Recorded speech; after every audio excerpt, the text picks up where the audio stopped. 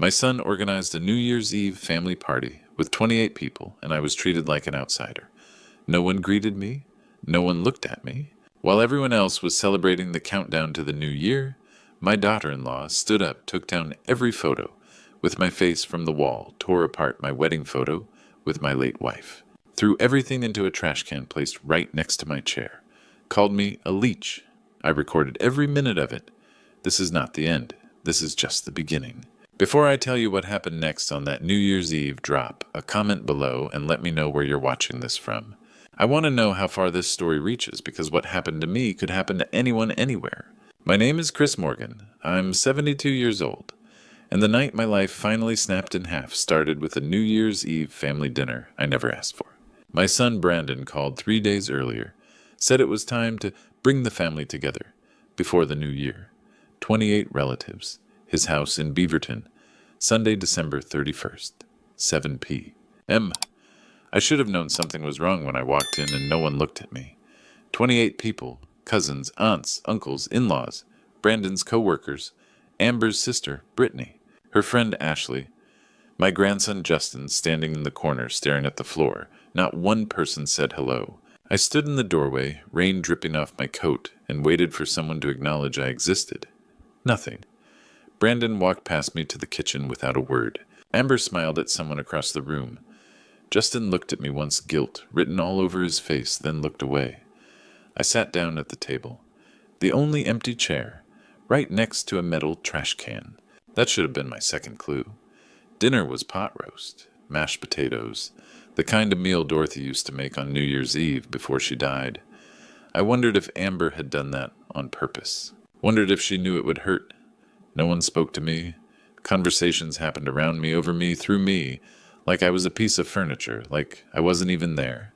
Then Amber stood up. She walked to the wall where Brandon had hung a dozen framed photos, family pictures, vacations, holidays, graduations. She pulled down the first one, a photo of me and Justin at his 10th birthday party. She looked at it. Then she dropped it into the trash can next to my chair. The sound of glass cracking. She pulled down another. Me and Dorothy at the coast. Into the trash. Another. Me and Brandon when he was 7. Into the trash. One by one, she pulled down every photo with my face in it and threw them away, while 28 people watched in silence. Then she picked up the last one. Our wedding photo. Me and Dorothy. 50 years ago. The day I promised to love her for the rest of my life. Amber held it up, looked straight at me, and tore it in half. She dropped both pieces into the trash can. Then she turned to the room and said loud enough for everyone to hear, "Chris is not family anymore. He's a burden, a leech. And he owes us $38,400 for every meal, every night, under our roof, every second we've wasted keeping him alive." I sat there, rain-soaked, silent, watching my son stand in the doorway doing nothing. Justin looked like he wanted to cry. No one else moved. Amber smiled. "You're not family, Chris. You're a debt." I stood up, slowly, my legs shaking, and I walked out the front door into the New Year's Eve rain without my coat. 28 people watched me leave. Not one person followed. I stood on the driveway, rain soaking through my shirt, and I realized something I'd been trying not to see for 3 months. This wasn't just about money. This was about erasing me. They'd been drugging me, isolating me, stealing from me. And tonight was supposed to be the final humiliation, the moment I gave up. But here's what they didn't know: I'd been recording everything. The camera hidden in my coat pocket had just captured every second of what they did. And this wasn't the end. This was just the beginning. The room they'd given me used to be storage.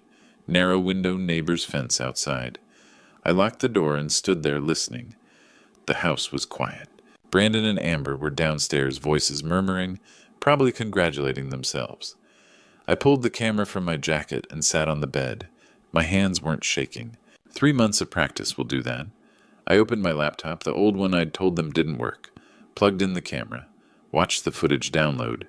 Amber tearing pictures, her voice saying I owed them money. Brandon sitting like a stone. I copied the files 3 times. Laptop, SD card taped under the desk drawer. Cloud storage, Eugene's account, not mine. They'd been checking mine for months. 4 months ago I started feeling wrong, not tired, something else. Mornings felt like fog. I'd forget conversations from the day before. Amber would ask if I'd taken my pills, and I'd stare because I didn't remember what pills. "It's your age, Dad," Brandon said. "You should rest. We'll take care of things." So I rested. The fog got thicker. Then one morning I woke early, came down before anyone else. Amber had already poured my orange juice, set it on the counter like she did every morning. I poured it down the sink, made coffee instead.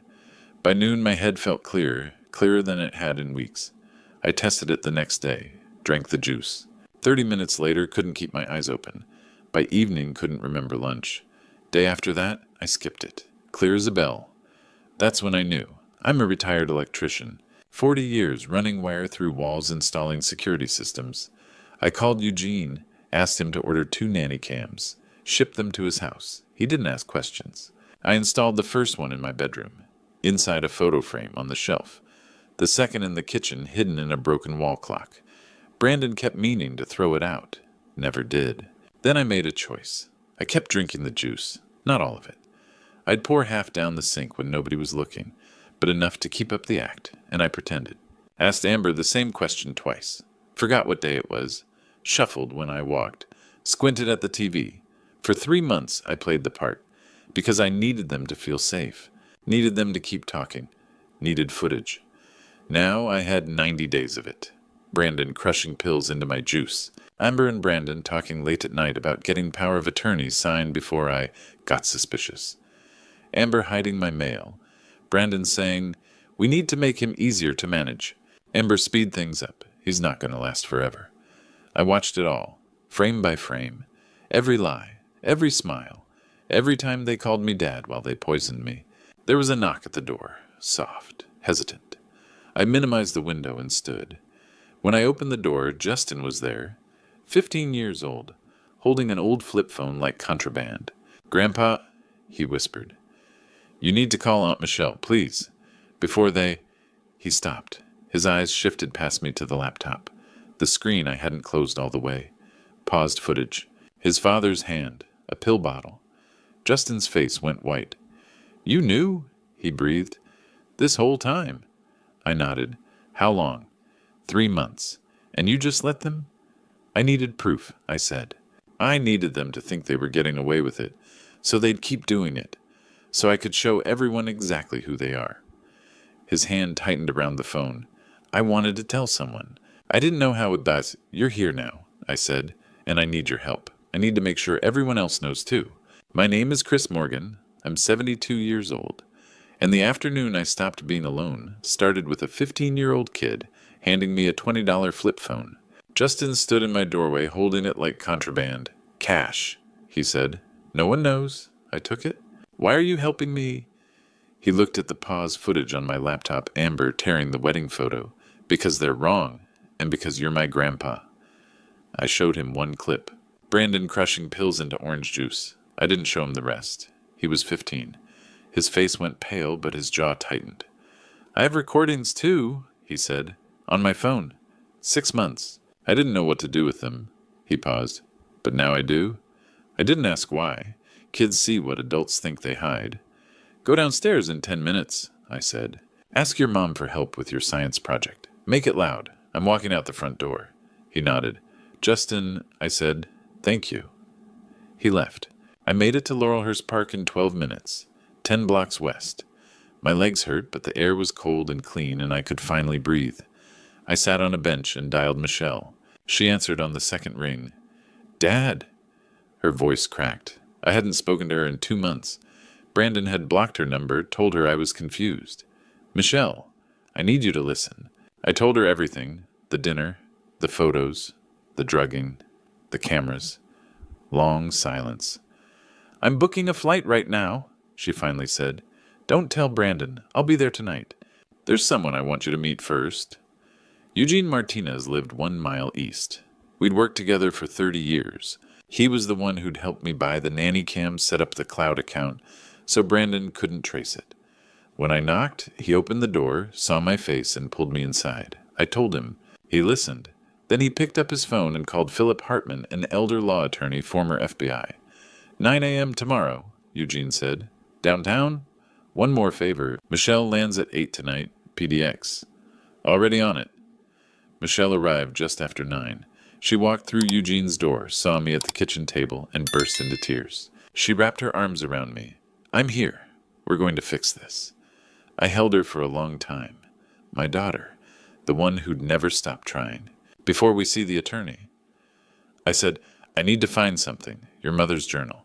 She tried to warn me about Amber 3 years ago. I didn't listen, but I think she wrote it down. Michelle pulled back. Where? Storage boxes. Brandon's garage. Eugene looked at me. You want to go back? Tonight? Midnight. We pulled up just after midnight. Lights, dark. Michelle stayed in the car engine running. I slipped around back through the gate I'd installed 40 years ago. The lock was one I'd put in myself. I still had the key. Inside, silent. I moved past the trash can where Amber had thrown my photos and into the garage. Storage boxes stacked in the corner. I found the one labeled Dorothy Personal. Inside photo albums, letters, a wooden box, and at the bottom a journal with my wife's handwriting. For Chris, in case I'm wrong, in case I'm right. I tucked it under my coat and slipped out. We were back at Eugene's by 12:30. The journal sat on the table. Do you want to read it now? Michelle asked. I shook my head. Tomorrow, with the attorney. I want him to see everything. But as I sat there in Eugene's kitchen, surrounded by people who actually cared whether I lived or died, I realized something. For the first time in 3 months, I wasn't pretending. And for the first time in 90 days, I wasn't alone. The journal was spiral-bound, cloth-covered, small enough to fit in my coat pocket. Dorothy's handwriting inside, careful, deliberate, the way she used to write grocery lists and birthday cards. 1 in the morning, Eugene's kitchen. Michelle sat across from me. Eugene made coffee. Neither of us would drink. I opened to the page marked with a slip of paper. Chris, if I'm gone, please read this. December 15th, 6 months before Dorothy died. I'm worried about Amber. She keeps asking about life insurance. How much do we have? Who's the beneficiary? Yesterday I caught her going through your desk. She said she was looking for stamps. I tried to tell you last week. You said I was imagining things. Maybe I am. The heart medication makes me tired. I second-guess everything now. But Chris, something feels wrong. I wish I had proof. I wish I was sure enough to fight for you. If Amber or Brandon ever make you feel confused, controlled, trust that feeling. I pray I'm wrong. But if I'm right, please be careful. I love you. My hands were shaking. She tried to warn me. I said. I didn't listen. Michelle was crying. Mom knew. I set the journal down and picked up the envelope that had been tucked inside the box. White, business-sized, unopened. I tore it open. Inside, a life insurance policy. Insured Christopher Morgan. Death benefit $250,000. Beneficiary, Amber Palmer, Morgan. Issue date, 14 months ago. Signature mine. Except I'd never signed it. The signature looked close, same slant, same loops, but the pressure was wrong. Too light, too careful. I never signed this, I said. I didn't even know it existed. Eugene leaned over my shoulder and read the premium payment section. Automatic withdrawal, he said quietly. From your Social Security account. $187 a month. For 14 months. Michelle's face went white. They used your money to buy insurance on your life. So when you die, she gets $250,000. Eugene sat down heavily. The drugging, the confusion, the isolation. He looked at me. They weren't just trying to control you. They were setting the stage. For what? Michelle asked. Incompetence hearing. Guardianship. Get him declared mentally unfit. Move him into a facility where no one's watching. Eugene paused. Or worse. I thought about the pills crushed into orange juice. The way Brandon had started talking about nursing homes. The way Amber had smiled when she said I was a burden. 250,000 reasons I was worth more dead than alive. Michelle stood up. We're calling the police. Right now. No, I said. They both stared at me. We're calling the attorney first. Philip Hartman, 9 a.m. We do this right. We build the case. Then we call the police. Eugene nodded. Smart. I've been pretending to be confused for 3 months, I said. I can pretend for 6 more hours. At 7 a.m. We walked into Philip Hartman's office. Downtown Portland, 4th floor, rain-streaked windows. Hartman was 60 gray-haired with a kind of calm that comes from 30 years investigating financial criminals for the FBI. I set 3 things on his desk: the SD cards, 90 days of footage, Dorothy's journal, the life insurance policy I'd never signed. Hartman spent 20 minutes reviewing everything. He watched clips of Brandon crushing pills. He read Dorothy's warnings. He examined the forged signature under a magnifying glass. Then he looked at me. "Mr. Morgan," he said quietly, "this isn't just elder abuse. This is conspiracy to commit fraud, guardianship fraud, identity theft, and based on the drugging and the life insurance, conspiracy to commit murder." The room went silent. Michelle's hand found mine. "We need to call the police," Hartman said. "Right now." He picked up the phone.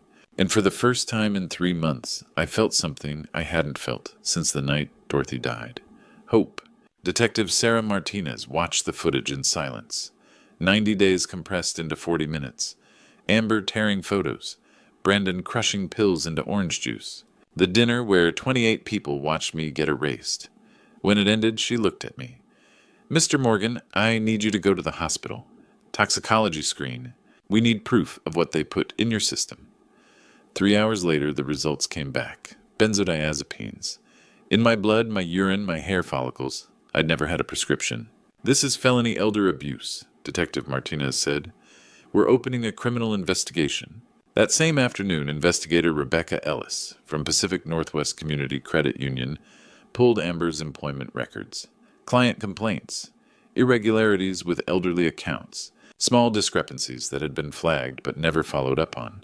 Attorney Hartman filed identity theft reports with the FTC and froze every account in my name. The walls were closing in, and then on day 4, Amber struck back. Michelle's phone rang at 10 in the morning, a woman's voice calm and professional. "This is Adult Protective Services. We received a report that Christopher Morgan is being exploited by his daughter." Michelle went pale. The caller continued. "The report states that Mr. Morgan has dementia, that his daughter removed him from his son's care without consent, and that she's attempting to control his finances." "Who filed the report?" Michelle asked. "Amber Morgan. His daughter-in-law?" Michelle's hands were shaking when she hung up. "She's accusing me," she said. "She's trying to make it look like I'm the one abusing you." I wasn't surprised. Predators always attack when cornered. "Let them come," I said. "I have nothing to hide." Social worker Janet Rodriguez arrived the next morning. Mid-40s, calm, thorough. She asked Michelle to step outside while she interviewed me alone. Standard protocol. I showed her everything. The footage, the toxicology report, Dorothy's journal, the forged life insurance policy. She watched Brandon crush the pills with her own eyes. Then she gave me a cognitive test. Mini mental state exam. 30 questions. I scored 30 out of 30. She closed her notebook. "Mr. Morgan, your daughter-in-law's report shows classic Darvo tactics. Deny attack, reverse victim and offender. The abuser accuses the victim of the very abuse they're committing." She stood. "I'm closing the investigation into Michelle, and I'm opening an investigation into Amber and Brandon." That afternoon, Rebecca Ellis called with worse news. "I found 2 more victims," she said. Mrs. Margaret Sullivan and Mr. Harold Peterson, both from the senior center. Same pattern. Unexplained loans, confusion, Amber, helping with their finances. She paused. 3 elderly victims, approximately $340,000 stolen. "Mr. Morgan, this isn't isolated. This is predatory." I sat down slowly. 3 people, 3 families, 3 lives stripped bare, and Amber had done it all with a smile and a loan application. That night, Brandon called Eugene's number. I don't know how he found it. I didn't answer. He left a voicemail. His voice was shaking. "Dad, please. We need to talk. Amber's saying things, planning things I didn't know about. There's a life insurance policy I swear I didn't know. She said it was to protect you. Dad, please call me back. I think I'm in too deep." I listened twice. Then I saved it.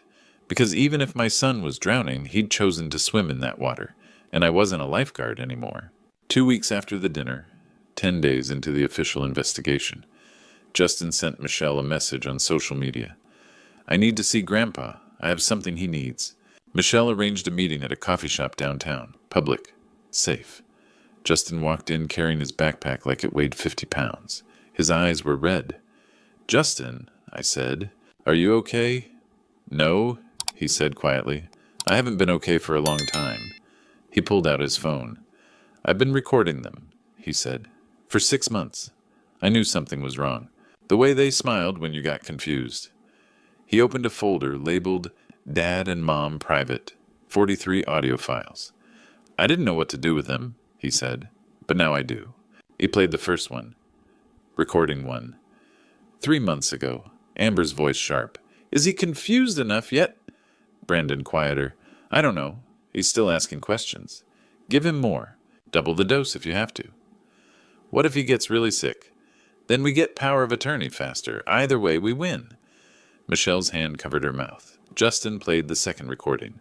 Recording 2. 6 weeks ago. Amber again. The life insurance premium cleared. Brandon hesitated. Do you really think that was necessary? He's 72. How much longer? 5 years. 10. That's $250,000 we're waiting on, unless we speed things up. Speed things up how? Memory care unit, nursing home. Once he's declared incompetent, he goes in. Those places, people don't last long. My chest tightened. They'd been planning to warehouse me. Justin was crying. I should have said something sooner. I was scared. I reached across the table and took his hand. You're saying something now, I said. That's what matters. He played the third recording. Recording 3. Recent, after the APS investigation, Amber and Brandon screaming, You're pathetic. This was your idea. You're the one who said we should help him financially. You suggested the drugs, because you said we needed the money. We both benefited. That car's in your name. If we go down, I'm saying it was your plan. I'll say you drugged him. Who will they believe, a bank employee or a failed real estate agent? Attorney Hartman listened to all 3 recordings. This proves conspiracy, intent, that both of them knew exactly what they were doing. This is admissible in court. I looked at my grandson. Justin, I said carefully, if this goes to trial, you might have to testify against your parents. Are you ready for that? He didn't hesitate. They stopped being my parents when they did this. Yes, I'll testify. Michelle leaned forward. You can live with me, Justin. When this is over. His eyes filled with tears. Really? Really? We're family. Family protects each other. Hartman gathered everything. My camera footage, Justin's recordings, the toxicology report, Dorothy's journal, the forged insurance policy, statements from Amber's other victims. He put it all in a 3-inch binder and drove to the district attorney's office. 2 hours later, he called. Mr. Morgan, he said, the DA is filing criminal charges, multiple felonies for both of them.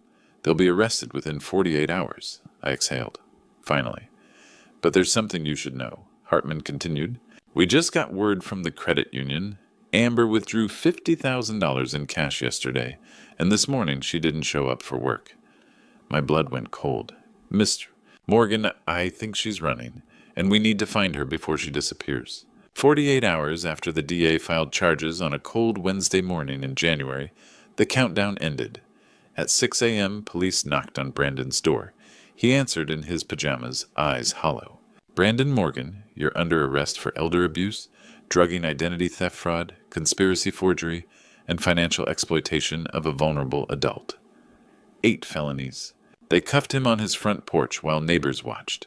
Ashley Bennett filmed it. The video spread across local social media within the hour. Inside, police searched for Amber. Her clothes were gone, passport missing, drawers open. She'd been planning this. Detective Martinez made calls. Bank records showed the $50,000 withdrawal. Airline records showed a ticket under her maiden name, Amber Palmer. Destination, Mexico City. Flight 11:30 a.m. Current time 8 a.m. Race to the airport. At 9 a.m. Eugene was at the senior center near Portland International for his weekly chess game. He walked past the terminal gates, and there she was, Amber wearing sunglasses and a black jacket standing near TSA. Nervous. Eugene called Attorney Hartman. She's here. PDX, Concourse C. Hartman called police. By 10:30, police and airport security coordinated. Amber stood at Gate C7. Boarding had just been called. 2 officers approached. Amber Palmer. Morgan, she froze, then ran. Airport security blocked the jetway. She was cornered. "Ma'am, we have a warrant for your arrest." "I don't know what you're talking about." She tried to push past. They restrained her, cuffed her. Every passenger watched. Some filmed. Amber screamed. "This is a mistake. My father-in-law has dementia." The officer was calm. "You have the right to remain silent. I suggest you use it." They searched her carry-on. $50,000 in cash vacuum sealed. A fake passport. Amy Palmer. Additional charges flight to avoid prosecution, falsified documents. Local news ran the story that night. Bank employee arrested fleeing country after drugging elderly father-in-law. I watched at Eugene's house. Michelle sat beside me. "Dad, how do you feel?" "Tired, and sad, and free." 1 week later, attorneys negotiated plea deals.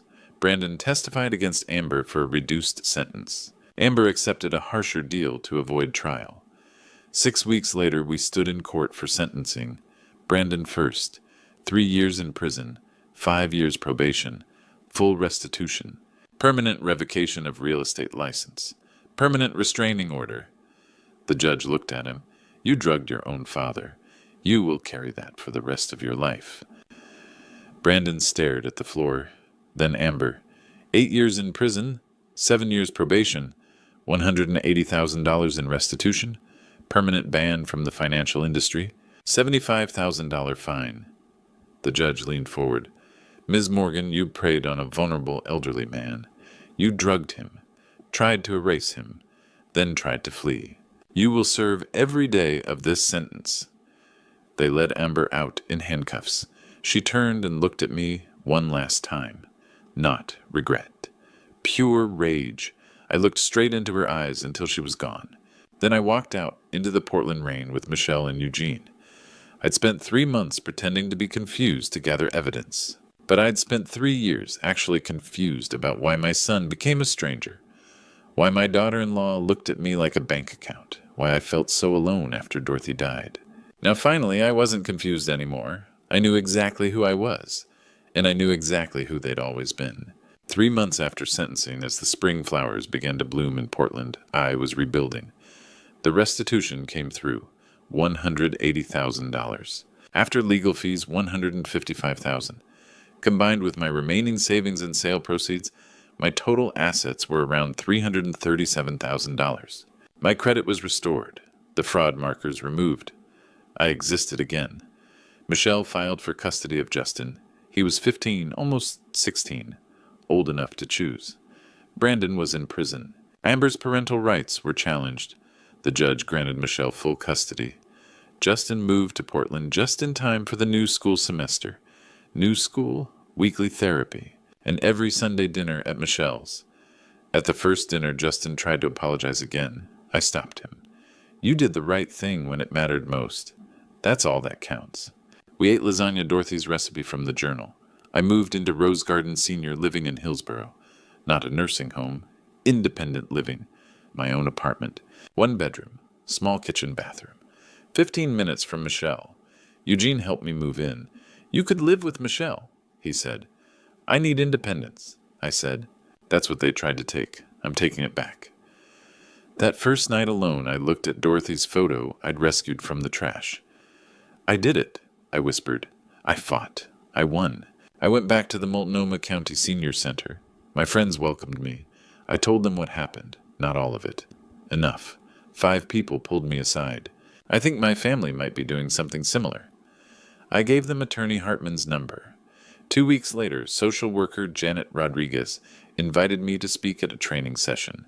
30 seniors attended. I taught warning signs, how to check credit reports, how to ask for help. A woman raised her hand. "How do I check my credit report?" I walked her through it, step by step. 5 more people approached me afterward. I gave them my phone number. Sunday dinners became tradition. At Michelle's, Chris Michelle, Justin Eugene, and rotating guests. At the first official dinner, Eugene raised his glass. "To Chris, who taught us what real strength looks like." Justin raised his. "To Grandpa, who never gave up." Michelle smiled. "To family? Not the family we're born into. The family we choose." I looked around the table. This was what family felt like. A week later, a letter arrived. Prison mail. Brandon's handwriting. I stared at it. My hands shook. Michelle saw. Do you want to open it? I don't know. Maybe someday, she said. Or maybe never. That's your choice, Dad. And that's the whole point now. It's your choice. I put the letter in a drawer, unopened, because she was right. For the first time in years, everything was my choice. Where I lived, who I saw, what I did with my time. And I chose this helping other seniors spending time with people who loved me and living every day the way Dorothy would have wanted. Brandon could wait. Or he could write 100 letters. Either way, I was done letting him control my life. 1 year after the New Year's Eve dinner that changed everything, I stood in front of 30 seniors at the Multnomah County Senior Center and told them how to fight back. Check your credit reports, I said, 3 times a year. Free. Look for accounts you didn't open. A woman raised her hand. What if my son says he's just helping, then asks to see the paperwork? I said. If he's really helping, he'll show you.